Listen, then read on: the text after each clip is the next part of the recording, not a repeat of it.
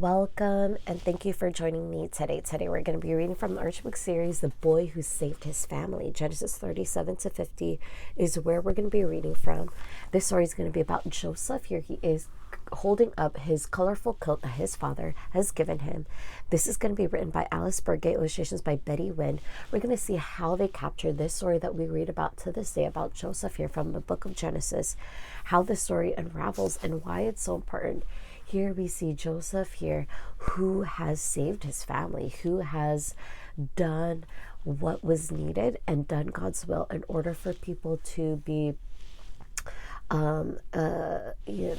get through a situation, save, rescue people, his family from a situation. So let's get started with this story that we read from, starting with this first page. Once there was a boy named Joseph. He was one of 13 children. Yes, he was. Their father was Jacob. Their family had lived in the land of Canaan ever since their great-grandfather Abraham. Jacob owned many animals. Yes, he did. His children took care of the sheep and goats. Jacob loved Joseph, best of all of his sons, right? So he had favoritism. This is something that is not supposed to be condoned because each and every sibling should be equal. But there was something here in this story where Joseph was just, put above a little bit over his brothers by his dad.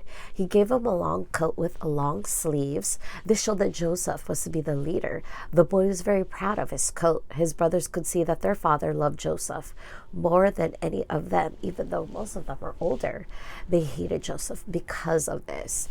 So it says here that he was given a coat, and the coat represented here his love for his son, but also maybe the favoritism that was there, that existed, that may or may not have been thoroughly known here, but it was also a representation of his leadership in general over his brothers, over his leadership qualities.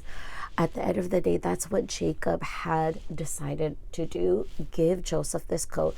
And of course, Joseph loves this gift given by his father and how it's so nice and beautiful, but it will create some problems here for sure.